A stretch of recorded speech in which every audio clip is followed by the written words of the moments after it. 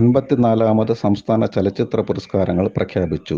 ജിയോ ബേബി സംവിധാനം ചെയ്ത കാതൽ ആണ് മികച്ച ചിത്രം. ആടുജീവിതത്തിലെ അഭിനയത്തിലൂടെ പൃഥ്വിരാജ് മികച്ച നടനുള്ള പുരസ്കാരം സ്വന്തമാക്കി. ഉള്ളൊഴുക്കിലെ അഭിനയത്തിലൂടെ ഉർവശിയും, തടവ് എന്ന ചിത്രത്തിലൂടെ ബീന ആർ ചന്ദ്രനും മികച്ച നടിമാരായി തെരഞ്ഞെടുക്കപ്പെട്ടു. ബ്ലസ്സിയാണ് മികച്ച സംവിധായകൻ. ചിത്രം ആടുജീവിതം. മികച്ച നടനും സംവിധായകനും അടക്കം 9 അവാർഡുകളാണ് ആടുജീവിതം സ്വന്തമാക്കിയത്. മികച്ച സ്വഭാവ നടി ഗ്രീഷ്മ ആർ ചന്ദ്രൻ. ചിത്രം പൊൻപുളൈ ഒരുമൈ. മികച്ച സ്വഭാവ നടൻ വിജയരാഘവൻ. ചിത്രം പൂക്കാലം. മികച്ച ബാലതാരങ്ങളായി തെന്നലും അവ്യക്ത് മേനോനും തെരഞ്ഞെടുക്കപ്പെട്ടു. മികച്ച കഥാകൃത്ത് ആദർശ് സുകുമാരൻ. ചിത്രം കാതൽ. മികച്ച തിരക്കഥാകൃത്ത് രോഹിത് എം ജി കൃഷ്ണൻ.